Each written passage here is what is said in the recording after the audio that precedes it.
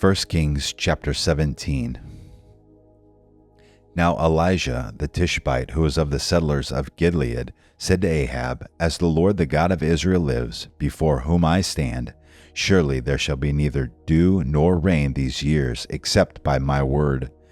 The word of the Lord came to him, saying, Go away from here, and turn eastward, and hide yourself by the brook Cherith, which is east of the Jordan. It shall be that you will drink of the brook, and I have commanded the ravens to provide for you there. So he went and did according to the word of the Lord, for he went and lived by the brook Cherith, which is east of the Jordan.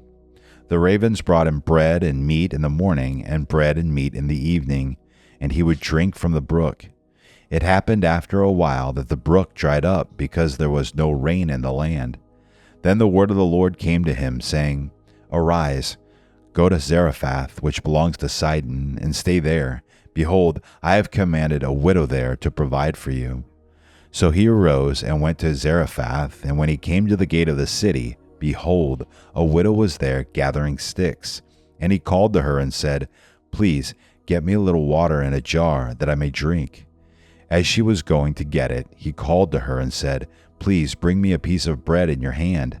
But she said, As the Lord God lives, I have no bread, only a handful of flour in a bowl, and a little oil in the jar. And behold, I am gathering a few sticks, that I may go in and prepare for me and my son, that we may eat it and die. Then Elijah said to her, Do not fear, go, do as you have said, but make me a little bread cake from it first, and bring it out to me, and afterward you may make one for yourself and for your son. For thus says the Lord God of Israel, The bowl of flour shall not be exhausted, nor shall the jar of oil be emptied, until the day that the Lord sends rain on the face of the earth. So she went and did according to the word of Elijah, and she and he and her household ate for many days. The bowl of flour was not exhausted, nor did the jar of oil become empty, according to the word of the Lord which he spoke through Elijah. Now it came about after these things that the son of the woman, the mistress of the house, became sick, and his sickness was so severe that there was no breath left in him. So she said to Elijah, What do I have to do with you, O man of God? You have come to me to bring my iniquity to remembrance, and to put my son to death. He said to her, Give me your son. Then he took him from her bosom, and carried him up to the upper room where he was living, and laid him on his own bed. He called to the Lord and said, O Lord my God, have you also brought calamity to the widow with whom I am staying by causing her son to die? Then he stretched himself upon the child 3 times and called to the Lord and said, O Lord my God, I pray you, let this child's life return to him. The Lord heard the voice of Elijah, and the life of the child returned to him, and he revived. Elijah took the child and brought him down from the upper room into the house and gave him to his mother. And Elijah said, See, your son is alive. Then the woman said to Elijah, Now I know that you are a man of God, and that the word of the Lord in your mouth is truth. 1 Kings chapter 18. Now it happened after many days that the word of the Lord came to Elijah in the 3rd year, saying, Go, show yourself to Ahab, and I will send rain on the face of the earth. So Elijah went to show himself to Ahab. Now the famine was severe in Samaria. Ahab called Obadiah, who was over the household. Now Obadiah feared the Lord greatly, for when Jezebel destroyed the prophets of the Lord, Obadiah took 100 prophets and hid them by 50s in a cave, and provided them with bread and water. Then Ahab said to Obadiah, Go through the land to all the springs of water and to all the valleys. Perhaps we will find grass and keep the horses and mules alive, and not have to kill some of the cattle. So they divided the land between them to survey it. Ahab went one way by himself, and Obadiah went another way by himself. Now, as Obadiah was on the way, behold, Elijah met him, and he recognized him and fell on his face and said, Is this you, Elijah, my master? He said to him, It is I. Go, say to your master, Behold, Elijah is here. He said, What sin have I committed that you are giving your servant into the hand of Ahab to put me to death? As the Lord your God lives, there is no nation or kingdom where my master has not sent to search for you. And when they said, He is not here, he made the kingdom or nation swear that they could not find you. And now you are saying, Go, say to your master, Behold, Elijah is here. It will come about when I leave you that the Spirit of the Lord will carry you where I do not know. So when I come and tell Ahab and he cannot find you, he will kill me, although I your servant have feared the Lord from my youth. Has it not been told to my master what I did when Jezebel killed the prophets of the Lord? That I hid 100 prophets of the Lord by 50s in a cave and provided them with bread and water? And now you are saying, Go, say to your master, Behold, Elijah is here. He will then kill me. Elijah said, As the Lord of hosts lives, before whom I stand, I will surely show myself to him today. So Obadiah went to meet Ahab and told him, and Ahab went to meet Elijah. When Ahab saw Elijah, Ahab said to him, Is this you, you troubler of Israel? He said, I have not troubled Israel, but you and your father's house have, because you have forsaken the commandments of the Lord, and you have followed the Baals. Now then, send and gather to me all Israel at Mount Carmel, together with 450 prophets of Baal and 400 prophets of the Asherah, who eat at Jezebel's table. So Ahab sent a message among all the sons of Israel and brought the prophets together at Mount Carmel. Elijah came near to all the people and said, How long will you hesitate between two opinions? If the Lord is God, follow him, but if Baal, follow him. But the people did not answer him a word. Then Elijah said to the people, I alone am left a prophet of the Lord, but Baal's prophets are 450 men. Now let them give us 2 oxen, and let them choose 1 ox for themselves, and cut it up, and place it on the wood, but put no fire under it. And I will prepare the other ox, and lay it on the wood, and I will not put a fire under it. Then you call on the name of your God, and I will call on the name of the Lord, and the God who answers by fire, he is God. And all the people said, That's a good idea. So Elijah said to the prophets of Baal, Choose 1 ox for yourselves, and prepare it first, for you are many, and call on the name of your God, but put no fire under it. Then they took the ox which was given them, and they prepared it, and called on the name of Baal from morning until noon, saying, O Baal, answer us. But there was no voice, and no one answered. And they leaped about the altar which they made. It came about at noon that Elijah mocked them and said, Call out with a loud voice, for he is a god. Either he is occupied, or gone aside, or is on a journey, or perhaps he is asleep and needs to be awakened.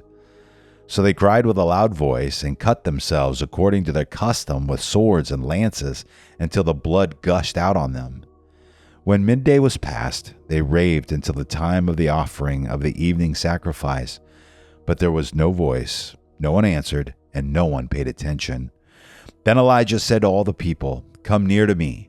So all the people came near to him. And he repaired the altar of the Lord, which had been torn down.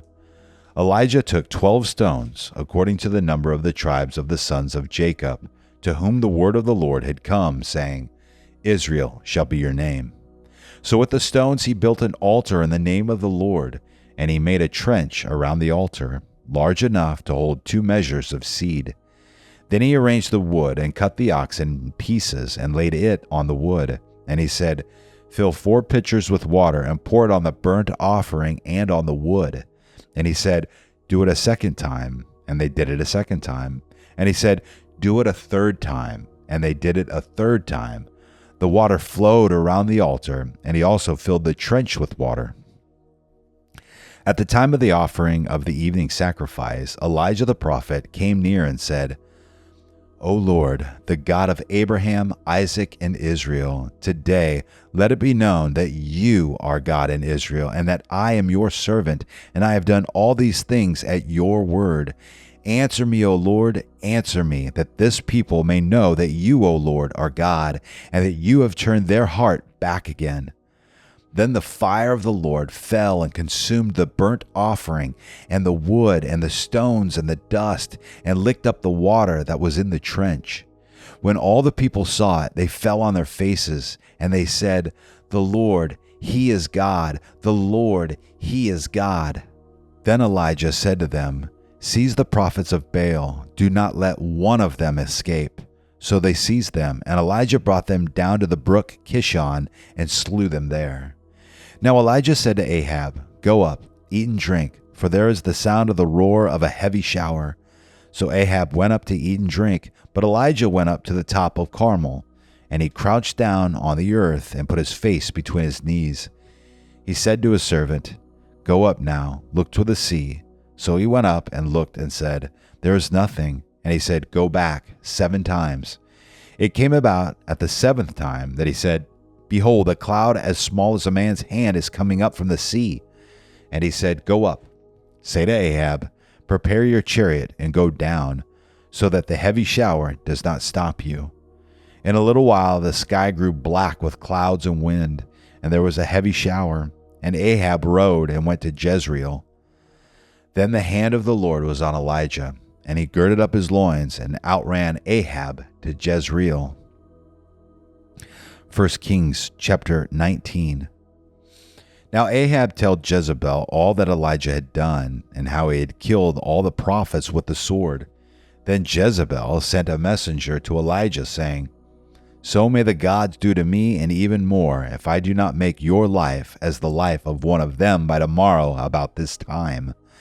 And he was afraid, and arose and ran for his life, and came to Beersheba, which belongs to Judah, and left his servant there. But he himself went a day's journey into the wilderness, and came and sat down under a juniper tree. And he requested for himself that he might die, and said, "It is enough now, O Lord. Take my life, for I am not better than my fathers." He lay down and slept under a juniper tree. And behold, there was an angel touching him. And he said to him, "Arise, eat." Then he looked, and behold, there was at his head a bread cake baked on hot stones, and a jar of water. So he ate and drank, and lay down again. The angel of the Lord came again a second time, and touched him, and said, "Arise, eat, because the journey is too great for you." So he arose and ate and drank, and went in the strength of that food 40 days and 40 nights to Horeb, the mountain of God. Then he came there to a cave and lodged there. And behold, the word of the Lord came to him, and he said to him, "What are you doing here, Elijah?" He said, "I have been very zealous for the Lord, the God of hosts. For the sons of Israel have forsaken your covenant, torn down your altars, and killed your prophets with the sword. And I alone am left, and they seek my life to take it away." So he said, "Go forth and stand on the mountain before the Lord." And behold, the Lord was passing by, and a great and strong wind was rending the mountains and breaking in pieces the rocks before the Lord. But the Lord was not in the wind. And after the wind, an earthquake, but the Lord was not in the earthquake. After the earthquake, a fire, but the Lord was not in the fire. And after the fire, a sound of a gentle blowing. When Elijah heard it, he wrapped his face in his mantle, and went out and stood in the entrance of the cave. And behold, a voice came to him and said, "What are you doing here, Elijah?" Then he said, "I have been very zealous for the Lord, the God of hosts. For the sons of Israel have forsaken your covenant, torn down your altars, and killed your prophets with the sword, and I alone am left, and they seek my life to take it away." The Lord said to him, "Go, return on your way to the wilderness of Damascus, and when you have arrived, you shall anoint Hazael king over Aram, and Jehu the son of Nimshi you shall anoint king over Israel, and Elisha the son of Shaphat of Abel Meholah you shall anoint as prophet in your place.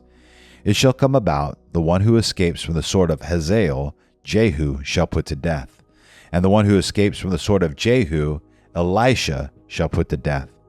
Yet I will leave 7,000 in Israel, all the knees that have not bowed to Baal, and every mouth that has not kissed him." So he departed from there and found Elisha the son of Shaphat, while he was plowing with 12 pairs of oxen before him, and he with the 12th. And Elijah passed over to him and threw his mantle on him. He left the oxen and ran after Elijah and said, "Please, let me kiss my father and my mother, then I will follow you." And he said to him, "Go back again, for what have I done to you?" So he returned from following him, and took the pair of oxen, and sacrificed them, and boiled their flesh with the implements of the oxen, and gave it to the people, and they ate. Then he arose and followed Elijah, and ministered to him.